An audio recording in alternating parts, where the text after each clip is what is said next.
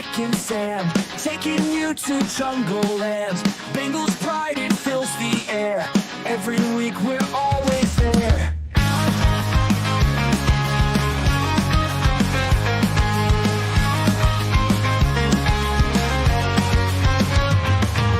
Touchdowns, tackles, all the plays. Bengals roaring every way. Stories, news, and game recaps. Jungle Juice, we bridge those gaps. Welcome to the Jungle Juice. Mick and Sam, let's break it loose. Cincinnati, hear our call. Bengals fans, unite us all.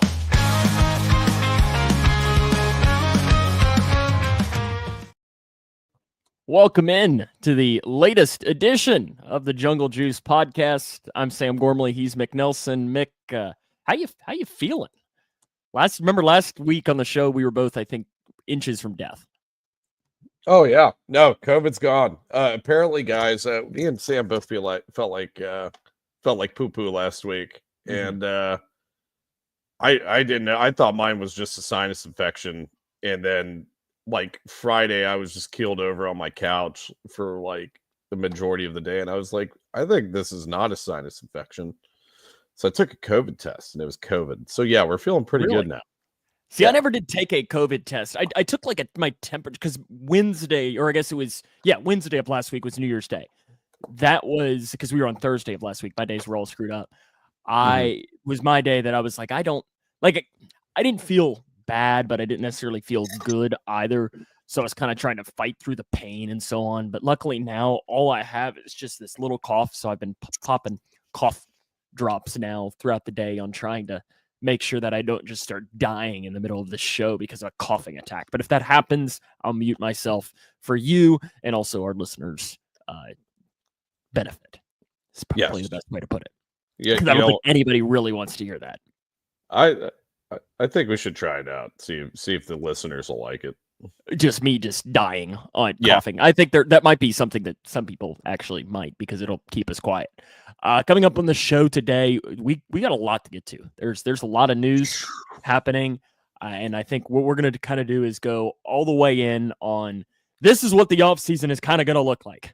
We're going to kind of hit a bunch of this, and then throughout the next, I guess because free agency opens, Mick, like 2 weeks in about 2 months. I think it's March the 10th. I think is the date that free agency open. Where free agent, that's when the tampering window or whatever the hell they call it, and then technically they can't sign until the 12th. So it's the 10th is the date that we're all going to circle on our calendars, where we're probably going to be unproductive at work. At least I probably will be, because I'll be scrolling through Twitter hoping that the Bengals make some free agency signings or whatever it might be. But we're going to kind of spend the next 2 months obviously getting you ready for all of those free agency discussions. But until then, we're going to kind of go over some of the aspects that we're going to expect. So things like the Bengals free agents, cap casualties that could coming. The Bengals now know their draft position. Oh, they now need a defensive coordinator, an offensive line coach, a linebacker coach, and a defensive line coach. Mick has a big board of linebacker coaches, right? That you've broken down the film on who you want to be the next linebacker coach for the Cincinnati Bengals, right? This is misinformation. I do not have such thing. We've got next chapter in the Jermaine Burton saga. We have to talk about that. Geez. Yeah. Bengals, Steelers happened as well, and everything. So we've got a lot to get to. So we won't waste much more time in doing that. Remember to follow us on our social media channels. We're on Facebook. We're on YouTube. We're also on your favorite podcasting platform. Give us a 5-star rating so more people can find the show that way. But how about we just get us started, and let's talk a little bit about the season finale on Saturday night, the win against Pittsburgh. And if you remember last week, we were making the discussion that I had to work. So I completely put my phone on Do Not Disturb mode and watched the game when I got home at about 10 o'clock. Didn't finish watching until about 12:30 in the morning. The game, I think, was probably in about the fourth quarter when I started watching, but I saved myself from any spoilers.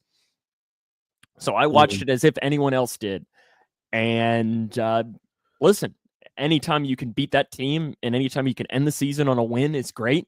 We can talk about what happened on Sunday in a moment, but let's first talk some takeaways from the game. We're not going to go all the way in depth of like the things we liked, the things we didn't. So I think we just hit a couple of the main points. And for me, the one thing that really stood out to me the most was Shaka Hayward. Yeah, made a couple plays. Made a couple big plays. And also, I did not know he was cousins with Cameron and Connor Hayward of the Pittsburgh Steelers. Had no idea. Really, I'm not sure I knew that either. Did they mention that on the broadcast? Riley mentioned it, and I was like, oh, Riley's just being stupid. He's probably just assuming that because they have the same last name. And then I go and look at Shaka Hayward's Wikipedia, and yeah, he's related to those guys. He's their cousin. Interesting. I didn't know that either. Look at that. We have information on this podcast. Good job, Riley. You've brought something to the show today. He did good. He didn't pull it out of his ass, and it was legit. It was legit. Right on cue. He popped it. It's like when you mention he pops into the comment section. There's no question with that. Then the other guy on defense we have to talk about. I mean, Trey Hendrickson might have won himself the Defensive Player of the Year. It was definitely a Defensive Player of the Year like type of performance. It was absolutely crazy. What do you have? I think he had 3.5 sacks. 2 of them came late in the game. Came at very crucial points in the game. I think that he's made an argument for himself, especially in recent weeks during this 5-game win streak. And the fact that there isn't another pass rusher that's really been like there hasn't been a dominating pass rusher like candidate for Defensive Player of the Year this year. Like everybody's having really good years that you expect to have good years, like Trey Hendrickson, Micah Parsons, Myles Garrett, TJ Watt, but like none of them are just so much better than the other 3. And then you've got, who's the favorite right now? Pat Surtain. I think Trey Hendrickson's now the favorite. He's the favorite now because what I was. I don't know. I don't know who you're talking Vegas here. I'll give that a Google. I didn't do that. I think Trey. The last I saw was Trey was number 3. Pat Surtain was number 1, and so right now I am just going to. Okay, wow. Actually, I'm surprised you. This is sportsbookreview.com. This seems like a legitimate source, right? Has Pat Surtain at -600 and then Trey Hendrickson at +750. That seems a little strong towards Surtain. If the market's that steep of a difference, I mean, Pat Surtain's probably getting the award this year. And, I think it's well deserved by him too. Don't get me wrong. He's had a really good year, but that's how good of a year Trey Hendrickson has had this year. And that's with like 3 weeks of production kind of being thrown out the window because he had that injury against the Commanders, right? I mean, that's with 3 to 4 weeks of production being thrown out the window. You still led the league in sacks. You were the only source of pass rush on your defense, or the only consistent source of pass rush on your defense. And this defense I don't know what this defense would look like without Trey Hendrickson. I don't think it'd look good. It would not. I mean, it didn't look good anyways with Trey Hendrickson. It would be really scary. I don't think Lou Anarumo would have been the defensive coordinator come into the season. We'd be charting Terrell Austin territory if we did not have Trey Hendrickson on the team. No question about that. Some other highlights, at least for me, from the game. I really liked the first drive. I think they made a statement right off the bat.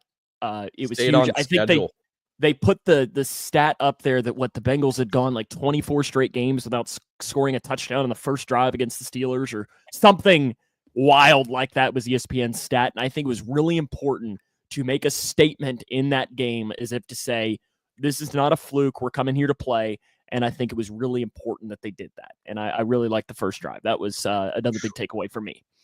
Another takeaway for me, one, it was nice to see a classic Bengals Steelers AFC North game as opposed to the first matchup, which was just all offense. It was pretty disgusting to watch how much offense it was. But this was like a gritty game between these two teams. Really well played. 2 highlights. One didn't end up grading that well, and I think I didn't know he had a fumble in the game because his fumble grades it at 28. But Khalil Herbert, I thought, looked pretty good in this game. Stayed on schedule. Yards per attempt were great as 3.5, but I think he was continuously moving the ball down the field. You didn't see any negative plays out of him.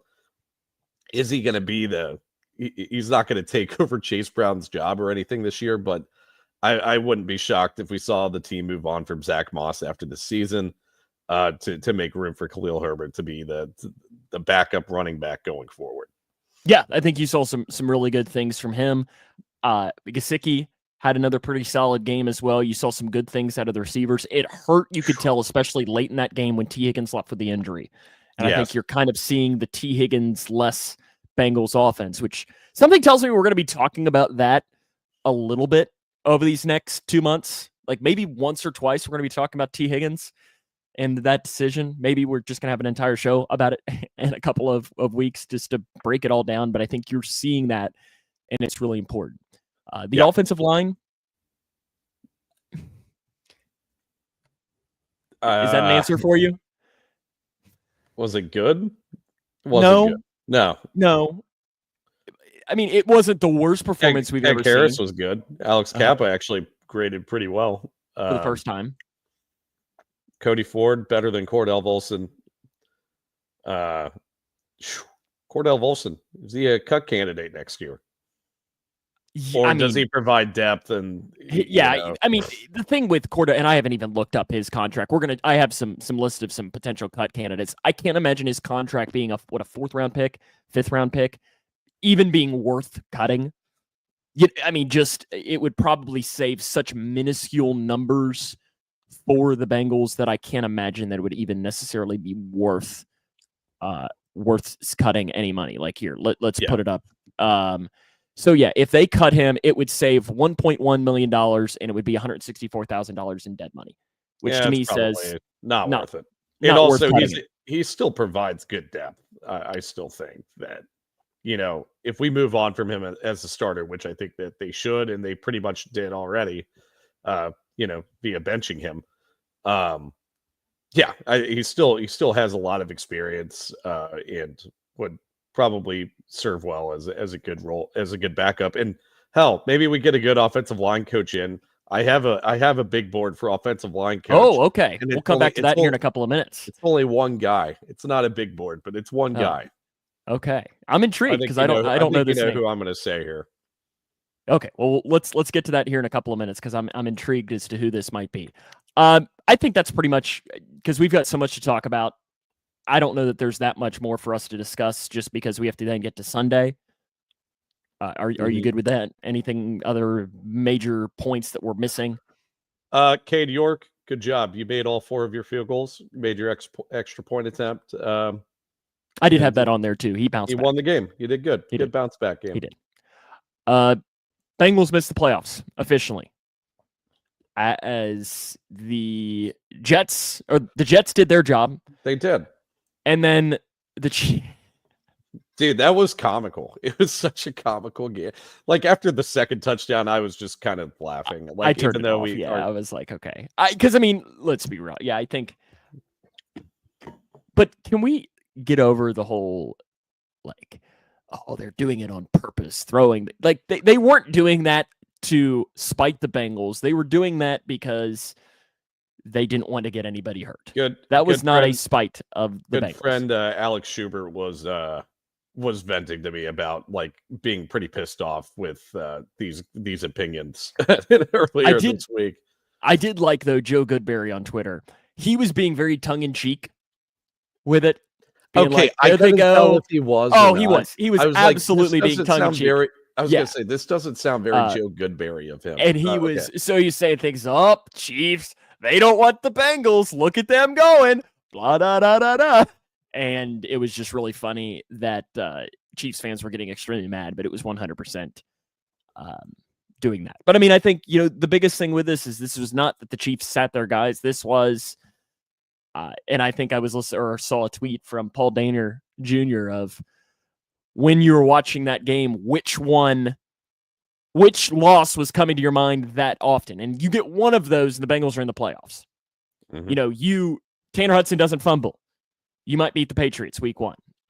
They don't botch the snap. You'd think Evan McPherson maybe makes that. They call maybe one of the penalties in the Ravens game, and Joe Burrow maybe completes the pass to Tanner Hudson, and they beat the Ravens. We could keep on going and going and going. Evan McPherson doesn't have an awful game against the Chargers. Maybe they win that game. we could Dejan Anthony doesn't They could commit have the not penalty. only could they have made the playoffs. I mean, even if it was just They one could have won game. the division. I was going to say there was like 6 of these games, right, where it Mhm. was literally just 1 or 2 plays that just didn't break our way this year. And like you just said, they could have won the division. We could have be sitting in Paycor this weekend watching them play the Steelers or that. Paychecks, right? Isn't that what it is now? It won't be paychecks. Well, it won't be paychecks next week or this week. But yeah. But yeah. And that's the part that hurts the most. But I think it's also the part that leads us into something we'll talk about here in a few minutes. And let's come back to this, because I think let's touch a little bit about Jermaine Burton before we get into the Black Monday, because I think it's important for us to discuss right off the bat, because it is maybe the biggest news from the past week. So it came out, I guess it was Friday, that he's not going to travel with the team to Pittsburgh due to a, quote, coach's decision. Earlier today, Kelsey Conway from the Inquirer, they filed open records requests on these situations, the rumored situations. For one, we learned Jermaine Burton is being evicted from his apartment at the Banks. Now, that, read into that how you want. That could mean a variety of different things.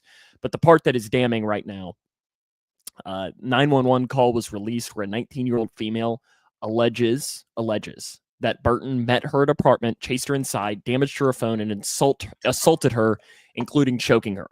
Then she alleges that he held a knife to his neck and threatened to kill himself. She originally wanted to file charges, but then changed her mind. Mick, he's your guy. He's your guy, and on the field, because I saw the posts saying, oh, he's a bust. He's a bust. The Bengals should have never made this pick, blah, blah, blah, blah, blah. You flip on the film, and he's a first-round wide receiver. Yes. It's this that made him a third or a fourth-round wide receiver, and the Bengals rolled the dice. Is it time to give up? If it turns out that this is true, and I'm not going to speculate as to whether it's true or not, but if it turns out this is true, Jermaine Burton will never step field on an NFL stadium again. There's absolutely no excuse if this ends up being true for anybody to employ this man. And this is a guy that I loved as a draft pick. Like you said, you see the film. You see the deep ball ability that he had and the route running savvy that he had running at Alabama with Jalen Milroe as quarterback, who wasn't a refined passer last year. It's really disappointing. Like, there's really no other way I could put it. I'm really disappointed by this. I thought he was going to have a huge year this year. I was really excited for him. And I think a lot of fans were, especially after the preseason he had, but there's no excuse for this. And obviously he just doesn't, the professionalism aside, this is just absolutely inexcusable. And like Lisa says here, he clearly needs help. Yeah. He clearly needs help more than football at this point. Throw it to the side. He clearly has some issues, and I hope he does get it. If this is true, and I mean, we don't. I know he apparently posted a cryptic message on Instagram saying lies or something, which we're not in the business where we're going to dive into this story. It's just really sad, and I don't want to really dwell on it. Dwell is not the right word, but I don't want to spend too much time talking about it because we weren't there. We don't know the situation. But I don't know what the Bengals can do now at this point. No, if it turns out that this is valid and statistically, then in terms of the truth coming out, the victim party is usually, very correct on this. Not saying that's the case in this situation, but he should be cut immediately, and no team will resign him. Yes, I don't think you're wrong on that. Okay, there we go. We've touched on that. We've moved on. So now we go into Black Monday. The Bengals wasted no time on Monday morning. It happened right off the bat that it comes out that the Bengals have fired Lou Anarumo, Frank Pollock, Marion Hobby, and James Betcher. First off, let's just talk Lou Anarumo. I think we both agree that it was the right decision. Yes. And we have a laundry list of reasons, I think. And listen, we're not going to take anything away from what Lou Anarumo did for this team, especially on those 2 runs, deep runs into the playoffs. He played a huge role, obviously, in that. But the last 2 years have been unacceptable. And sometimes it's not necessarily an indictment on a coach. Sometimes you just need a fresh voice. And I think this is the epitome of that. It's not necessarily an indictment on Lou. Some of it is. But I think this is just where this team needs a fresh voice. Yeah, I mean, I think the biggest indictment of Lou, and people make the argument, oh, well, he wasn't given any talent on this defense. Let's go back to the past 3 drafts. The first 3 rounds of the past 3 drafts. How many defensive players were selected? Do you know? I do know. But I was double digits? No. Out of the first 3 rounds, so 10 total picks. How many of them went? Oh, so 10. It was what, 8, wasn't it? 7. I think it was 7. 7. Okay, because I mean, you have Jermaine Burton in there, and you have Amarius Mims. Yes, Amarius Mims. But other than that, it's entirely defense. Yeah, because Dax Hill, Miles Murphy, Cam Taylor-Britt, DJ Turner, Zach Carter. And also anybody that blames the scouting department, because our scouting department is smaller. It might be actually it is the smallest in the league. The Bengals coaches are heavily involved in the scouting of these draft prospects, including Lou Anarumo. Out of these 7 or 8 guys, I think it's 7 guys. How many of them can you say are franchise cornerstone pieces that you're for sure going to extend come their second contract? I don't think any of them. I don't know if any of them. Yeah, I don't think anyone. I mean, you see flashes. Like this year, you saw some flashes from DJ Turner. You saw some flashes from Cam Taylor-Britt, but then you have some other things. Dax Hill, you saw some flashes, but then all 3 of those guys, what's the common thread between them? Is their secondary guys? What's Lou Anarumo's background? The secondary. And you should have had at least one of them turning into maybe not an all-pro corner, maybe not even a Pro Bowler corner, but at least Chidobe Awuzie, right? A top 15 corner in the league. Not dog crap. Yeah, and I'm not saying those 3 not were benching the guy in the middle of the game. Yeah. You're hoping that you don't have to bench the guy in the middle of the game because he's inept at what he's doing out on the field, like they had to do a couple of times this season with Cam Taylor-Britt. Like Daryl said, he's not wrong here. Josh Newton, you saw some flashes. You saw some flashes there. Maybe you can see some things, but he also is a day 3 corner, and he had some moments in the games that he proved that he was a day 3 corner. Yeah.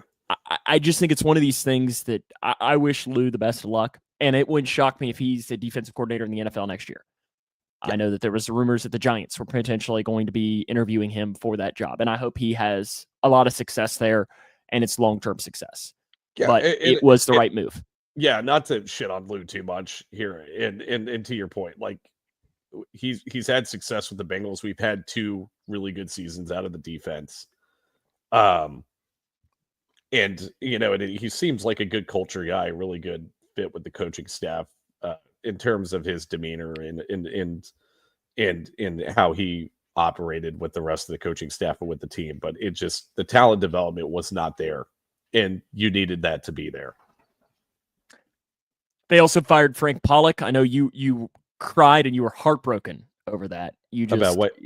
Frank Pollock. I know you're a big Frank Pollock guy. Big Frank Pollock guy. Marion Hobby, who I think was maybe the most obvious firing other than Lou Anarumo, because the defensive line, you mentioned it just a few minutes ago, they have Trey Hendrickson, and that's about it. You saw some stuff from Joseph Osai, but one of those early picks was a defensive lineman who we've yet to see anything from in Miles Murphy. And you're thinking that probably has to go on Marion Hobby. And then James Betcher, the linebacker coach, also gone. This also does solidify that Zach Taylor is back, which I don't think was any surprise. And listen, I know I'm a Zach Taylor guy. He's earned this. Now, this is a huge year for Zach Taylor. This is a huge next year for Zach Taylor. This is a hot seat season for Zach Taylor. 100%. 100%. He's got to figure it out this year. Got to make the playoffs. But he has earned the right to hire a new defensive coordinator and figure it out.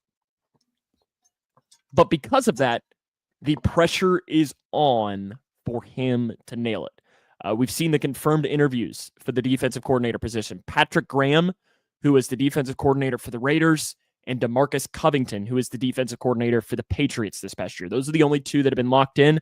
Now, part of that is that you'd imagine is that both those guys, they, for one, don't have a head coach with them right now, and then two, they're not in the playoffs, which means that you can talk to them. So a lot of these guys, they can't talk because they have all the rules based on playoffs and, and everything that goes along the lines of that. But Patrick Graham, DeMarcus Covington, any strong feeling on either one of those? I wouldn't mind Patrick Graham as a defensive coordinator. I think we've seen some success out of him in the league. It's kind of been hit or miss though throughout his career. Now, how much of that has to do with he hasn't had the best talent on his defenses, and I think there's a very valid point to that. But we've seen him have some pretty good defenses with the Raiders. We've seen him develop Max Crosby into becoming a really good edge rusher in the league. And maybe this defense is a top 10 defense if Christian Wilkins played this year for the Raiders. And then we also saw him have some success with the Giants a few years back when he was there.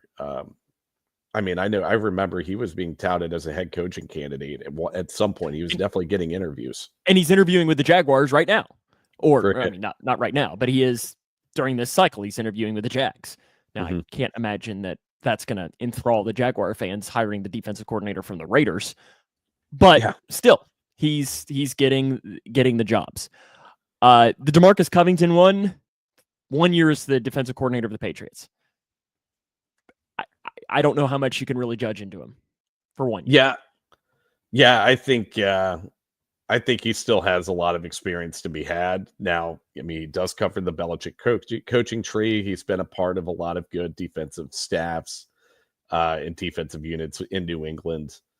But I think the Bengals are wanting more experience, I think, out of their potential defensive coordinator here. And if they're not going to go with guy of experience, they need to go with the next hot shot guy. And I don't think DeMarcus Covington really proved that in his season with New England this past year. Lisa asks, do you guys have a favorite for defensive coordinator? And here's the name that I'm going to drop that I to me, if you were setting the Vegas line, he would be the favorite. And that's Al Golden. Linebacker coach for the Bengals from 2020 to 2021. He's the current defensive coordinator for Notre Dame, who is a very good defense. We've seen that now in the playoffs. He did say yesterday, he was asked about the Bengals job, and his direct quote was, "It took us 30 years to get to this point here. I'm not worried about anything else. Just how to stop Penn State. I've talked to nobody. I can't even get out of the facility." Now, to me, that's not a no. That is, I'm focused on a big game that we're playing in the college football playoff this week. I'd imagine he's going to talk to the Bengals because, listen, why wouldn't you? What's the worst thing that can happen? Now, I don't know what his contract says on whether he's able to or not, but that to me is the favorite for the defensive coordinator position. And I think if that's the guy, I'm not unhappy. I think that'd be a really solid hire.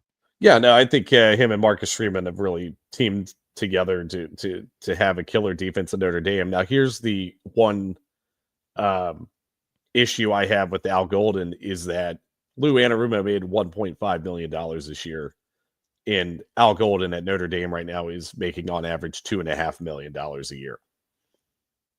That's I don't know if we don't know what the Bengals are going to sign their next defensive coordinator to, contract wise, but that's just something to kind of keep in mind that, of the potential pay discrepancy Al Golden could take by just going to an NFL coaching job. And also, I feel like NFL coordinator positions are a lot more volatile in terms of getting fired and hired. And I know the Bengals are really the exception to that. Which might make the job more, more desirable. Because I think, like Lisa says here, do you think it's a desirable job? Will the front office prevent someone from being interested? For me, I don't know how it's not desirable.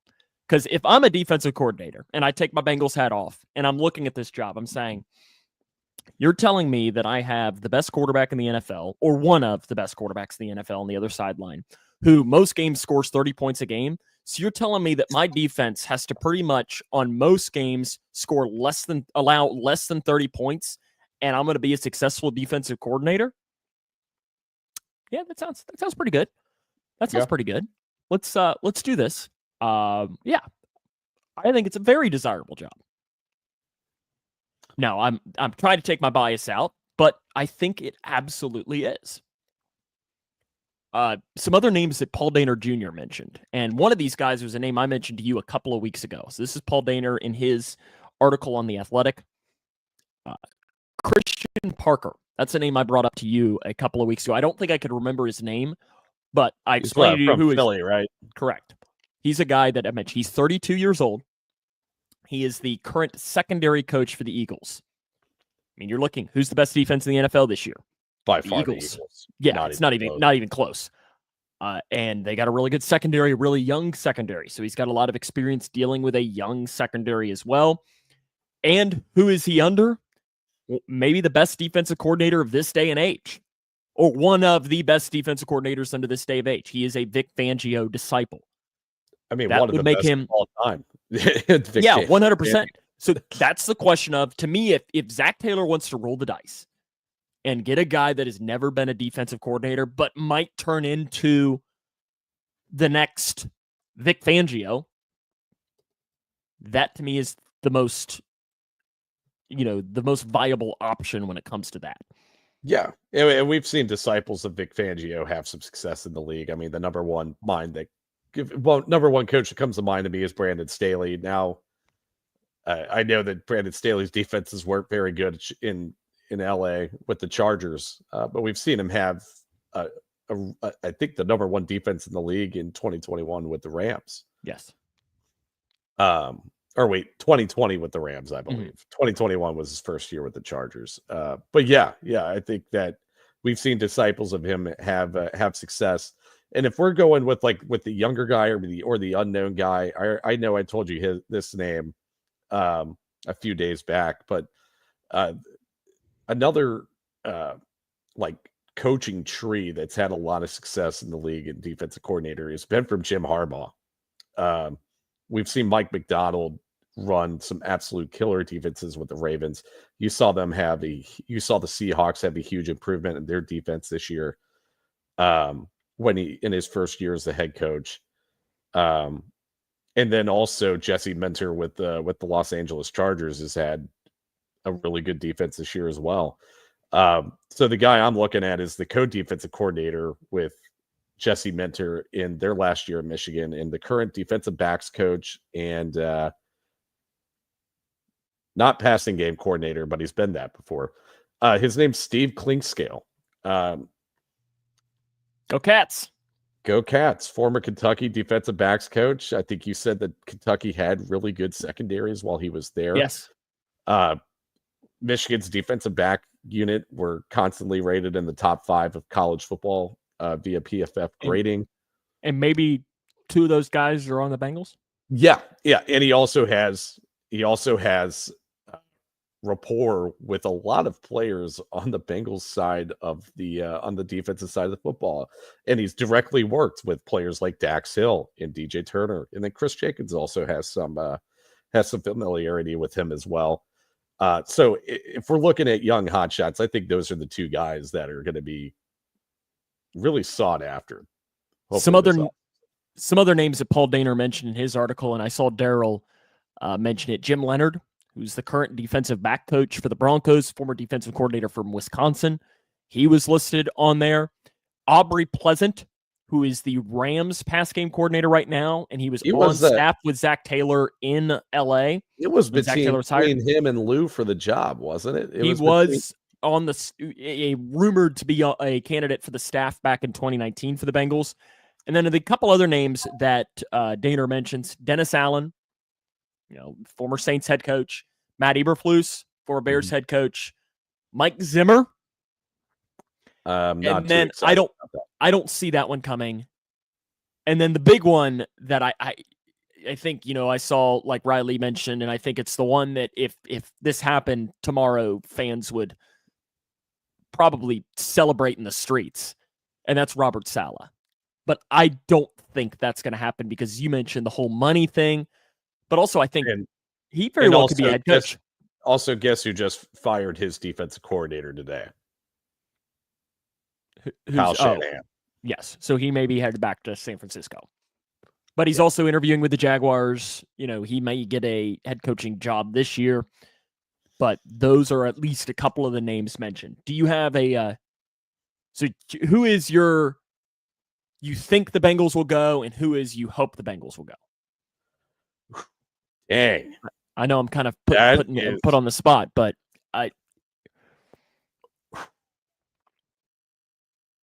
who do I like think? if you were Vegas, who's the favorite? Oh, Al Golden. I'm you going Al Golden's the favorite. Here. Okay. Yeah.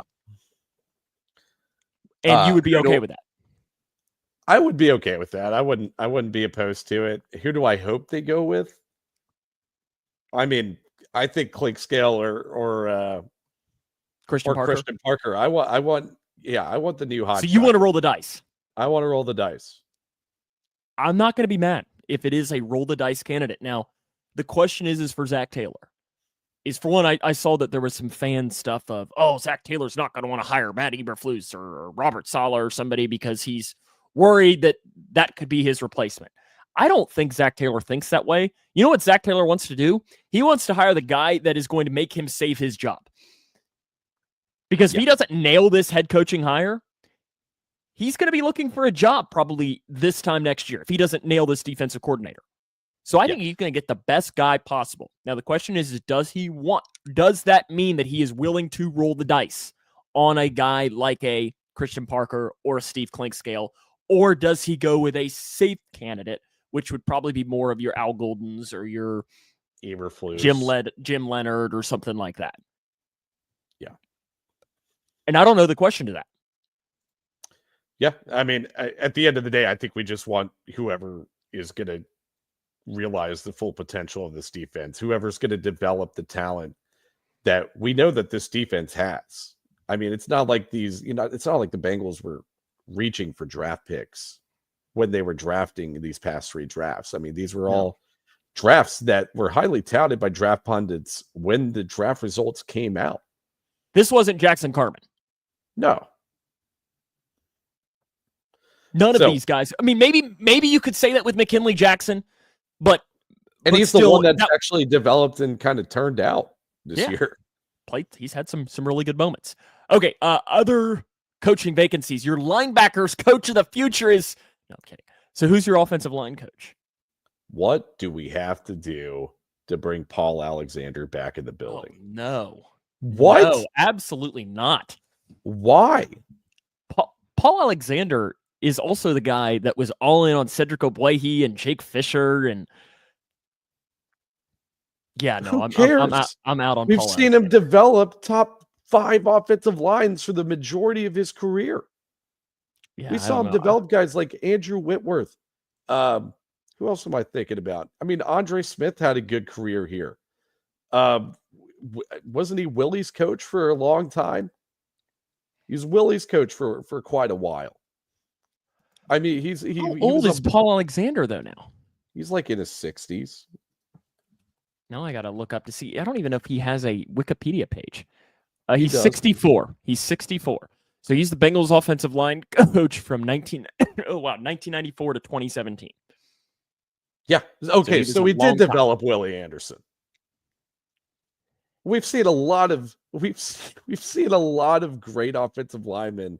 But do you really think they're going to be able to hire him from the Dresden Monarchs right now? He's the head coach. I thought he left there. I don't know. Wikipedia said he was there in 2023, so he went 13-3. So I don't imagine that. Lisa says, "Yeah, she is old. He's Mark's age." Who cares? Bill Callahan's an existing coach in the league as an offensive line coach. That guy's even older than Paul Alexander. I don't know. I could be wrong, but that one would make me go, because if he was such a good offensive line coach, why is he coaching the Dresden Monarchs right now? I don't know. He's older. Maybe he wanted to take a break for a while. Maybe he's ready to get back on the saddle. All I know is we had some really good offensive lines under Paul Alexander. Yeah, Cedric Ogbuehi and Jake Fisher didn't pan out. Sometimes you're not going to strike gold with offensive line picks. But I think the history of his offensive lines have been, for the most part, very good. I believe, and let me see if I'm right on this, but I believe the other guy that he got on the table, yes, the other guy he got on the table and boasted for the Bengals to draft was Jackson Carman. Paul Alexander? Yeah, here's an article I'm reading right now. I remember that now. Oh, yeah. Yes. Says he believes well, maybe what is his direct coach. He's a powerful coach. He's a powerful guy. He can knock guys off the ball better than any lineman in this draft. Well, maybe if Paul Alexander coached Jackson Carman, Jackson Carman would be an all-pro right now. Whatever you say. I don't know. I'm fascinated to see where that goes. Because my idea is that you'll see that one and you'll see the defensive coordinator position hired first. And then the defensive coordinator will make the decisions on the rest of the coaches. Because you could see, the secondary coach leave. The safeties coach, Jordan Kovacs, and Charles Burks, who's the cornerback coach, whether the defensive coordinator wants to get his own guys in there. So I'll be interested to see how that goes along. Offseason preview, rather. Some things coming up in this offseason for us to hit on. First off, I was telling you this last night, and Riley was rudely trying to spoil my big offseason bold prediction for the offseason last night when we were talking, because I wanted your natural reaction. This is something that I feel very confident in when I'm making a prediction for the Bengals offseason. And it is a schedule related. And I feel very confident in this. The Cincinnati Bengals will play next season in Germany against the Detroit Lions. That's my bold prediction for the Bengals offseason. Here's why. You're looking at we feel pretty confident that the Bengals, because they haven't been to England or to Europe or international games since 2019. So they're due for a game. So you look at their home game. They haven't had a home game 15, right? 2016. 16. So you're feeling very confident there. And I disagree with what Riley says here. I think Germany makes a lot of sense because of the German connection between Cincinnati as well. But it might be England. Who knows? When you look at the Bengals schedule, you can take 3 of the games of the potential 9 and throw them out. They're not going to put a divisional game over there. No. Although if there was a team they would do it to, it's going to be it's probably be the Bengals.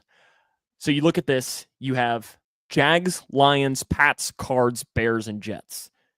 The Jags, Pats, Bears, and Jets all played a game there this past season. Now, the Jags go over there every year, so it's possible that the Bengals could get the Jags home game over there this year. There's sometimes where the Jags are even there twice a year, like one home game and one away game. They do, and that's typically what their thing is. So there's a potential that the Bengals, that could be what happens to them next year, and that would guarantee the game to be in England. The Cardinals were there in 2022. The last time the Detroit Lions played an international game, Mick, do you know? No, never. 2015. Okay. It's been 10 years. It's been 10 years since the Lions have played an international game. Now, I was thinking, okay, who do the Lions go to then of their AFC opponents? The Ravens is the other one, and the Ravens were just there. It was either 2022 or 2023. I don't remember. So probably the Ravens will not be going to an international game. So therefore, when you look at this, I feel pretty confident in backing this up that the Lions-Bengals game will be in an international game next year, and I think it'll be in Germany. That's I don't know my reasoning, bold, but yeah, I mean, I think it's sound reasoning. I think it's a sound prediction. I mean, I think they're definitely due for an international game. Like you said, I mean, both teams it's been a long time since. Now, I don't know, because it's so good of a matchup, would you want to move that overseas? Or would you want to? I know, because you want viewership. You're not going to get viewership on TV if the game's at 9:30 in the morning. Or is that more likely that you would get viewership because it's not the No, Bears nobody's against the waking up Jags? at not a lot of people are waking up at 9:30 on a Sunday to watch a game, Yeah, especially a game that's being hosted on NFL Network. Yeah, and I'm not disagreeing with that, but when you look at this, now it might be the Jags. I'm hoping this isn't true because I want to see Bengals Lions at Paycor or Paychecks or whatever the hell we're going to call it next year. I want to see that. If I had to bet, I think so. When were the Cardinals there last? 2022. So I don't see that happening. I mean, I just don't think it would be the Lions, even though, I mean, that would be cool. I just don't think they would sacrifice the viewership of that game to just because they haven't played overseas in a while. Yeah. I don't know. It'll be interesting to see how it goes along. I do think we have an international game, though. Yes. One of those games will be an international game, and it'll be a home game.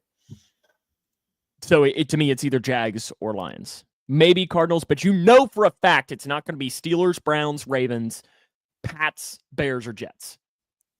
Because it's not going to be a divisional game, and the Pats, Bears, and Jets were all in international games last year. So they're not going to send them back-to-back years. Yeah. Which leaves 2 games, or 3 games. If you want to put the Cardinals in there, the Jags, and the Lions. Yeah, I would go with one of those other 2, but yeah. I don't know. It'll be interesting to see. Bengals free agents for this year. Let's quickly rip through these, and let's just bold prediction it right now.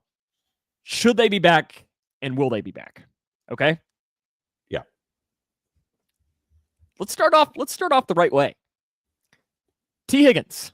Now, I think we're going to have a show here soon. But right now, will T. Higgins be back with the Cincinnati Bengals next year? Yes and yes. He will be back. He should be back. Joe Burrow's already expressed this. I agree. You don't want to piss off your $550 million quarterback. Yeah. Bring him back. Figure a way to make it work. I agree completely. BJ Hill. No. And no. I don't think he should be back. I don't think he will be back. He's turned 30, or he is turning 30. We saw it down. I think it's been there. Yeah, well, it's hard for your production to be there when DJ Reader isn't right next to you. And also, he's dealt with injuries the entire year this year. But at the same time, it's not like DJ Reader's coming back. No. So you have to question that. Here's maybe one of the tougher decisions. And Lisa brings it up. Mike Hilton. It depends on how much you want to prioritize Jahdae Barron in the draft, because Jahdae Barron is a really good nickelback prospect, but you're going to have to spend a first or a second round pick on him. But I'd bring him back. To me, it's a 1, maybe 2 year deal. I don't know. He might price himself out because we've still seen some good quality play out of him. The Bengals don't like to sign players to their third contracts. I have a feeling that some other team's going to shove out more money to him than the Bengals are willing to give. I think I agree with that. I don't think he'll be back because of that reason. And if he is, it's almost a quote-unquote hometown discount. Nobody else is really that interested on him. But that's one that I think could go either way. Here's a guy. Remember Trent Brown? Yes. Bring him back. Legend. Bring him back. They should bring him back. He didn't cost a lot of money this year. He's not going to cost a lot of money next year. Get him as an insurance policy. I wouldn't be mad. I don't think they will because of the whole him not practicing in the offseason. And then you also have to wonder, that was a nasty leg injury he had. Now, obviously, the Bengals will know how he is, but excuse me. I felt that coming. It's interesting, though. You don't hear anything about him. I understand that he's out for the season, but it's not like you ever heard, he was in the locker room, he was doing rehab, nothing. So that's where I'm wondering if he just kind of pieced out as soon as the season was over, which I don't necessarily blame him. It's not like he was going to play again this year, but I'll be interested in that. Akeem Davis-Gaither. If it's another 1 year deal, yeah, sure. I kind of agree on that. Mike Gesicki. I'm going to say yes to both. I think he's a guy that he might have priced himself out but I think he'd be a good like 2 for 9, 2 for 10, or something in that realm. I think if the Bengals don't resign T, Mike Gesicki's back on the team. So if they do, he's not? Yes. Interesting. Marco Wilson. Give me a 1-year deal, Marco Wilson. I mean, I liked him. It's not like he's going to cost anything. He's not going to cost that much money. No. I liked him in the snaps and the reps that he had. Now, the thing is, it's not like other than Mike Hilton, all the other corners are still on the team. You know, you still have Josh Newton, you have Dax Hill, CTB. There's another one. Who's the other guy? DJ Turner. DJ Turner. So there might be too many players at corner that are still on the team, but also, I mean, some of those guys might not be ready come week 1 either. So yeah, it'll be interesting there.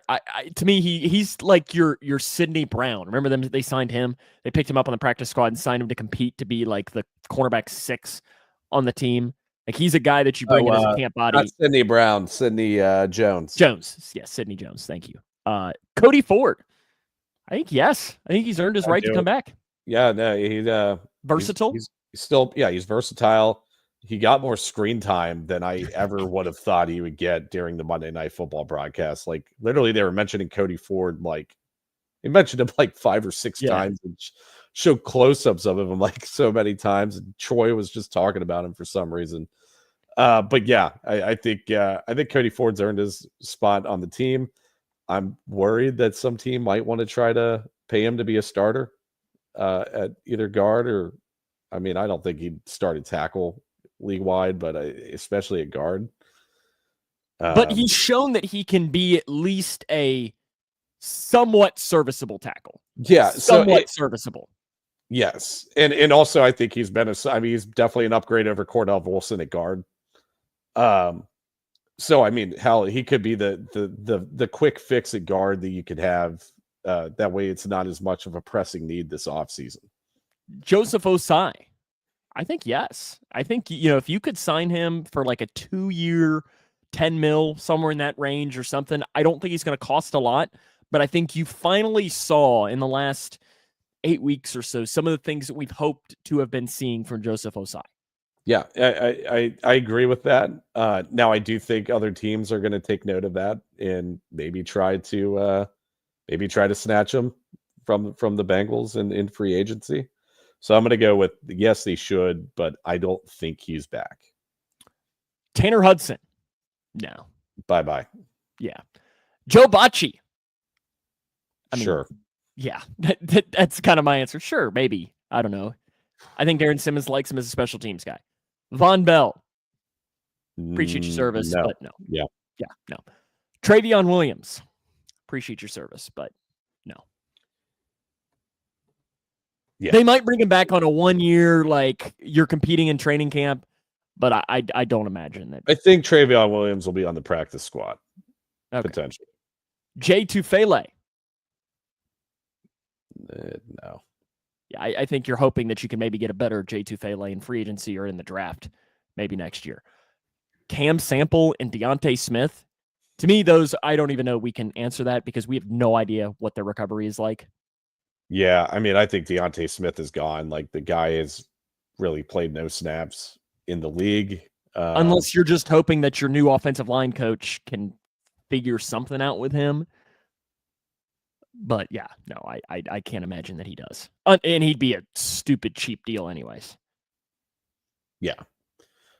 Cam Sample, that's an interesting. I think Cam Sample, given the injury, I mean, his price has probably gone down quite a bit. Where, like, if you asked me last year, I probably would have Osai and Cam Sample like flip-flopped in terms of like, well, Cam Sample might have played himself to more money elsewhere with a different team, and Osai would be the guy that we can get back for cheap. But that injury kind of changes everything. So I'm going to say Cam Sample is back next year. Yeah, and I think it'll probably be a 1-year deal to see as a who are you? Yeah. This is your prove it deal. Cal Adamitis and Cade York are both restricted free agents. I think you're probably going to see Cal Adamitis have some sort of competition. I think they bring him back, but I think, some of the questions were the snaps, maybe part of the issue. Maybe they'll have a long snapper competition. I think next he just year. needs to change his number from 48. That number is bad juju for long snapping. You just say that too because I have the 48 jersey and I'm a cursed Bengals jersey. Chris Evans. Bye. Yeah. Khalil Herbert. Back. Yes. Back. And then exclusive rights free agents, which means they're almost assuredly back, is Jackson Kirkland, Ryan Rico, and Cam Grandy. To me, Ryan Rico is the easiest decision on this list. Yeah. He had a really, really solid rookie season as a punter in this NFL. The other just big discussion point, and again, we're just going to hit these really quick and over these next couple of months. Did we talk Geno Stone yet? Well, Geno Stone's not a free agent. He's not a free agency. That's what I'm headed into right now of Bengals potential cap casualties. So I'm just going to hit through here. I'm going to list a couple of the guys on this list and then list what it would do for the Bengals cap going into next year. We can just say cut or not.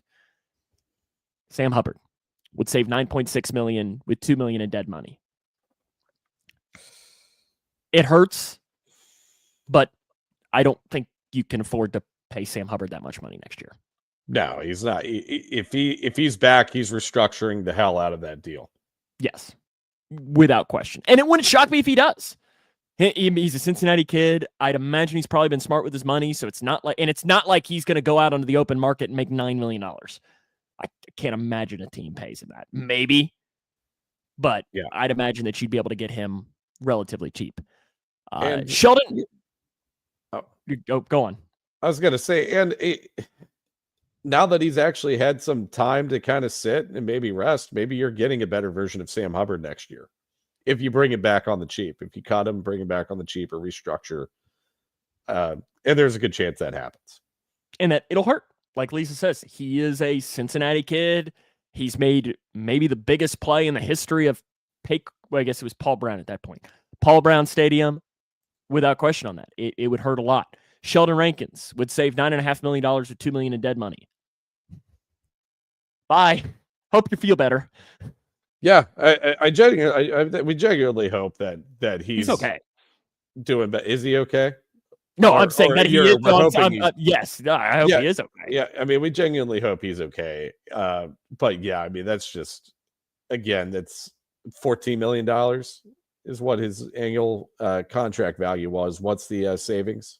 So he would save $9.5 million with $2 million in dead money. Yeah, that's a no-brainer. Next one that I know we disagree on, but to me is maybe the easiest decision on this list is Alex Kappa. You're saving $8 million, 2.25 in dead. You can't afford to bring him back. He won the triple crown at guard of giving up most pressures, most sacks, and most pressures, sacks, and quarterback hits or something. I think he led the league in all three of those categories as a guard. Yeah, you can't afford to bring him back. I was holding out so much hope that he would right the ship because of how solid he's been the past two seasons, or in 2022 and 2023. But he was something's clearly not right with him. He was terrible this year. Yeah, he was awful. Good luck. Hope you have fun. But yeah, you're not a Cincinnati Bengal next year. I'm throwing this one on here just because going down the list, he was the next one on there. Jermaine Pratt, $5.8 million in savings, 2.3 in dead money. Yeah, he's coming back. I agree. The most difficult decision. Geno Stone, 6.5 in savings, 1.6 in dead money. I think we're both going to have the same answer here, which is it depends on who the defensive coordinator is going to be. Yeah. If you have a guy that has real pedigree with managing the defensive backfield, and you think that maybe he can get Geno Stone back to what he was, then he's worth the money. I mean, we saw some really high-end play from Geno Stone this year, and we've seen some really low-end play from Geno Stone this year. I know we were talking after the Cowboys-Titans game, and it seemed like he might have turned a corner. He posted really good grades in both of those games. The coverage was really good. He was getting interceptions like he was in Baltimore last year. And then the past few games haven't been nearly as good. He's still an absolute liability in run defense. Understatement of the year. He was the worst run defending safety in football last year. He was the worst run defending safety in football this year.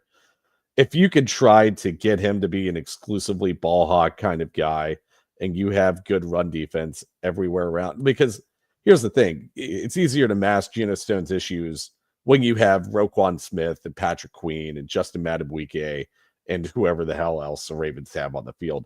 Mm-hmm.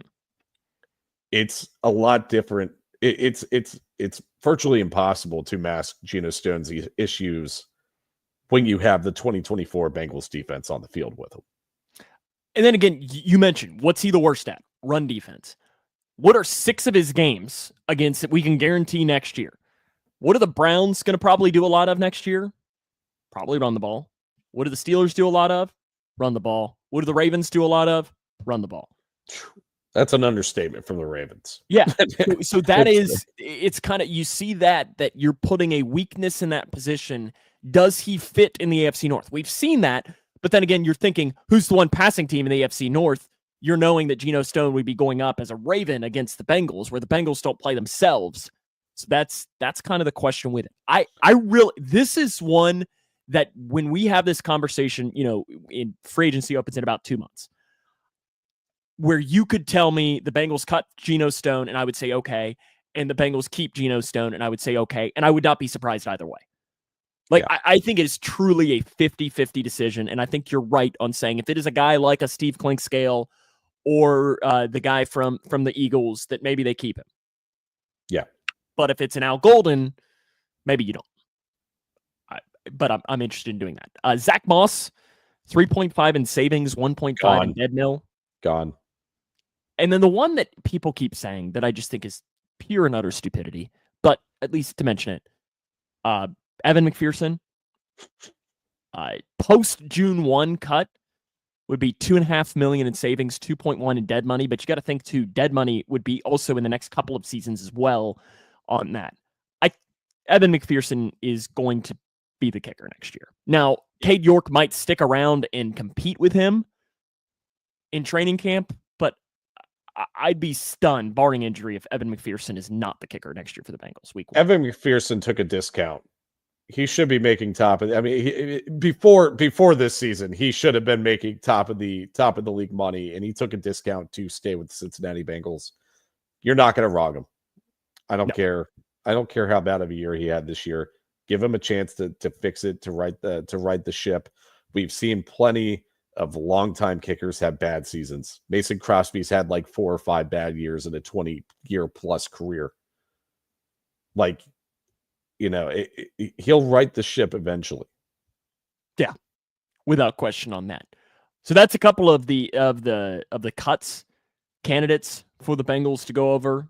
There could be some more, but none of them are, like Cordell Volson. We mentioned that. That's not to me a cut candidate because you're not saving any money in doing that. I mean, I know you're saving minuscule amounts of money, but it's not worth us really even discussing at this point in this. Yeah. It was also finalized that the Bengals are going to pick 17th in the draft. The last 5 17th picks: Dallas Turner, Christian Gonzalez, Zion Johnson, Alex Leatherwood, CeeDee Lamb. So 3 out of those 5 were good. Yes. And 1 is Alex Leatherwood. Well, that was just a god-awful John Gruden pick right there. The last 17th pick for the Cincinnati Bengals was... I thought it was Amarius Mims, but I guess he was picked 18th. He was 18th. Oh, no. I got to figure this one out. Pollock? David Pollock? You are correct that he's the 17th pick, but incorrect that he was the most recent one. Oh, Leon Hall? Good night from the Bahamas. Keith, I am jealous. Enjoy the Bahamas, man. Houday for sure from the Bahamas. No, Leon Hall is not right. Oh, man. I got to make my... Oh, no, not Dre. Trey Kirkpatrick. Trey Kirkpatrick, okay. Trey Kirkpatrick. Some other 17th picks for the Bengals. Brian Simmons, pretty good name. And then Jason Buck who is a defensive end pick from BYU. Yep, Kevin's got it right there saying Was Dre Dre the Kirkpatrick. Raiders pick? Was he the Raiders pick the Bengals secured? He had to have been. Or was Kevin Zeitlin? Yes, yeah, he would have been. Yeah. Some other notable 17th overall picks in NFL history: Eric Armstead, Jonathan Allen, Dexter Lawrence, and I have to make sure I mention this. Do you know who the 17th pick in the year 2000 was? Chad? Sebastian Janikowski. Oh, Chad Pennington was 18th, I think. Sebastian Janikowski. So maybe the Bengals are going to take a kicker in the first round. 25 years later, right? What good kickers do we have out? Who's the number one kicker on NFL? You know who I think it is? Days? I think it's Alex Rayner from Kentucky. Let's see. Oh, I think he is one of... Now, Alex Rayner is not good enough to take in the first round, but I think he very well could be in the conversation for being one of the top kickers potentially in the draft coming up in late April in Green Bay. Will be the draft this year. Did you even find anything, or have you even listed? It is not. Alex Rayner's not even listed. Really, he was listed in Mel Kiper's. I've got a Ryan Fitzgerald from Florida State. He sucks. He's awful. What does he know? He's no Alex Rayner. Hey, wait, is that Evan McPherson's brother in the draft this year? Alex McPherson? Is that his brother? I don't think he's. I don't. Yeah, that is his brother, but I don't. Yes, that is his brother, but I don't think he's draft eligible yet. I thought his brother was a sophomore. He's on the list. No, he's on the list. Auburn kicker Alex McPherson. I didn't think he was draft eligible yet.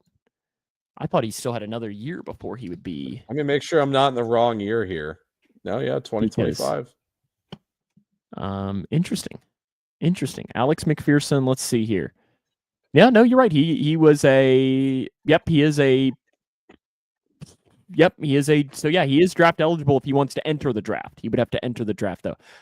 The Bengals could have a absolute. They could do the funniest thing. They draft. Okay, Alex that's my McPherson. bold prediction.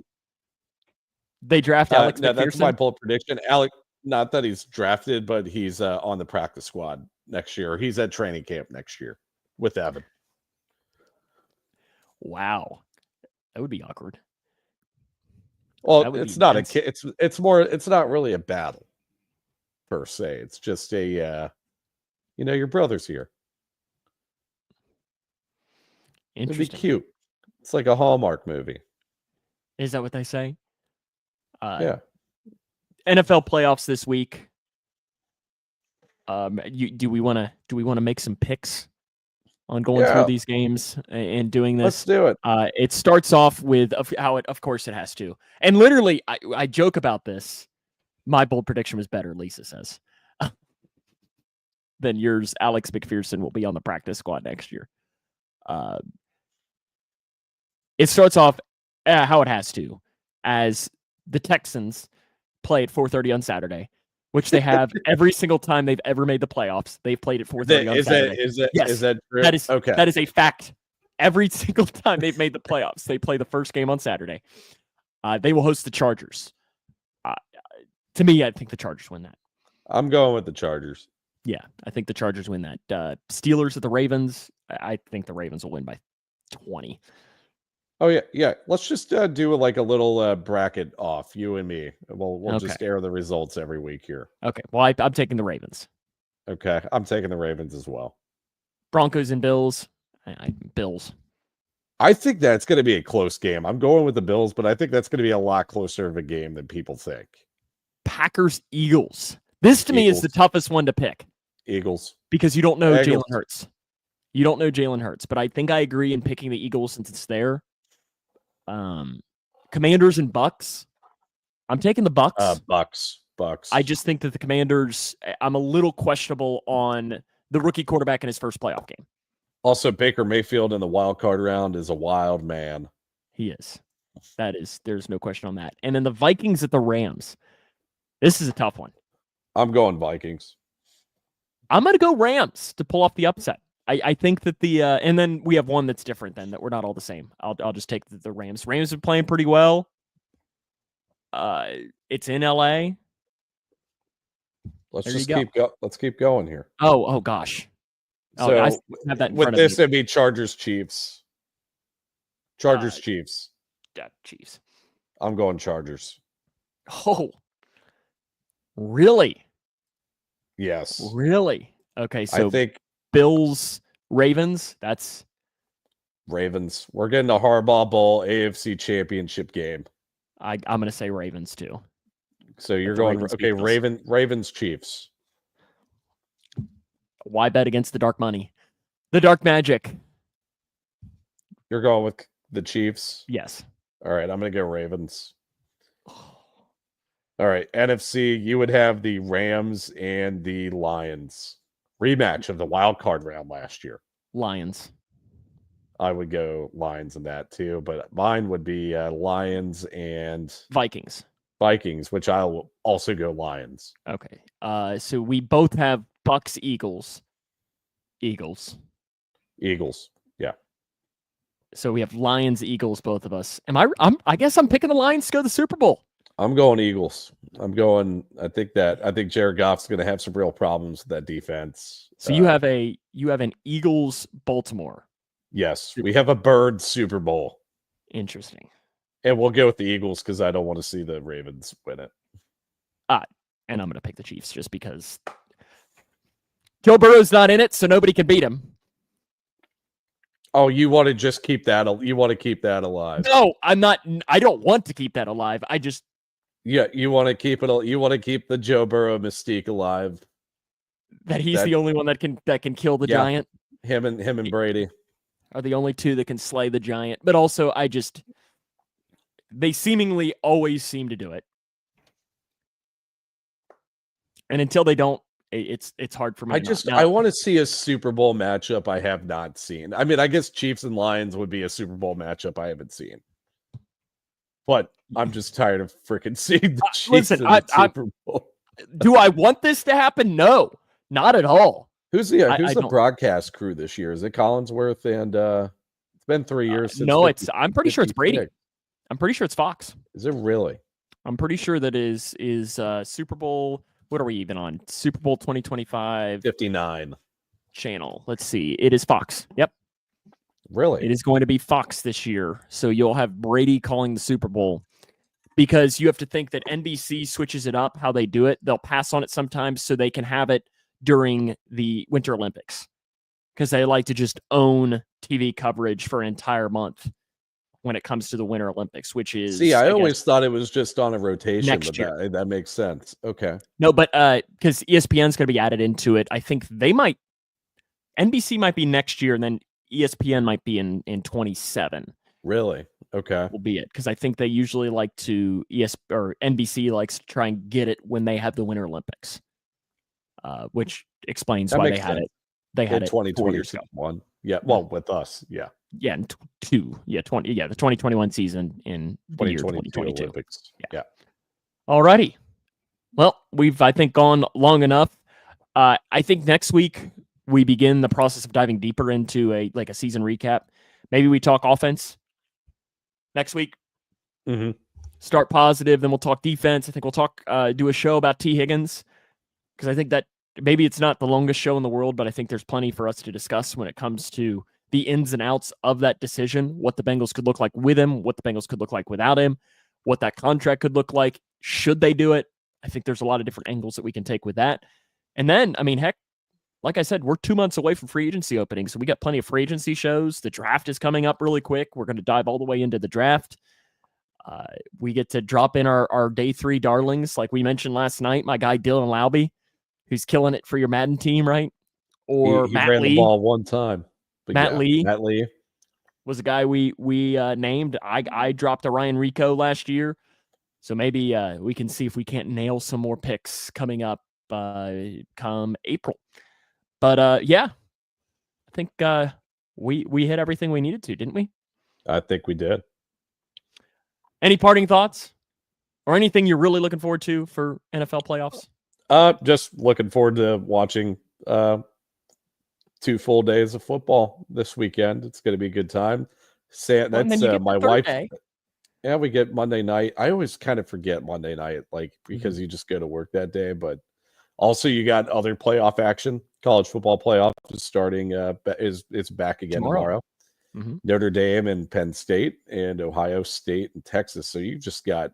Who are your picks? Oh, for those two? Yeah. You know what? We'll root for. I like Riley Leonard a lot. I think I just really like the way he plays the quarterback position. So I'll go with Notre Dame and Ohio State in the championship. I agree completely. And that'll be fun. That would be a fun championship, I think. I want Texas to do it. And it's a home game for Texas for the most part because it's in Dallas.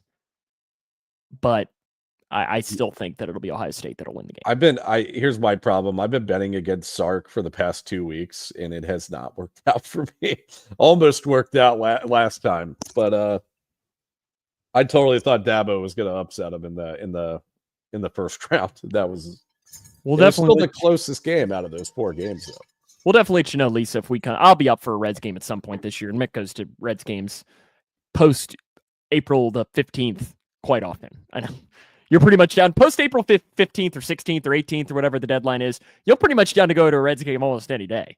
I know that, but just not the first 2 or 3 weeks of the Tito era. I might need to just start looking at some season tickets at some point, just to have them, But yeah, get Diamond Club season tickets. There you go. Yeah, I'm going to put all my money on Alex McPherson being drafted by the Bengals at some point in this draft. And then you'll be able to afford dining seats. Yeah. Can I bet on Bengals Lions in Germany? I'm sure I could bet that somewhere. Oh, yeah. I think you got to be pretty tight with the sports book, or just do it on one of the illegal ones. Just do it on like Bovada or something. There we go. I'll figure it out. Have a good night. Have a good week. Remember to follow us on our social media channels. Subscribe to us. Follow and give us a 5-star rating on your favorite podcasting platform. You can go back and listen to the show that way as well. Mick, have a good night and hoo day. Hoo day. Thanks for watching.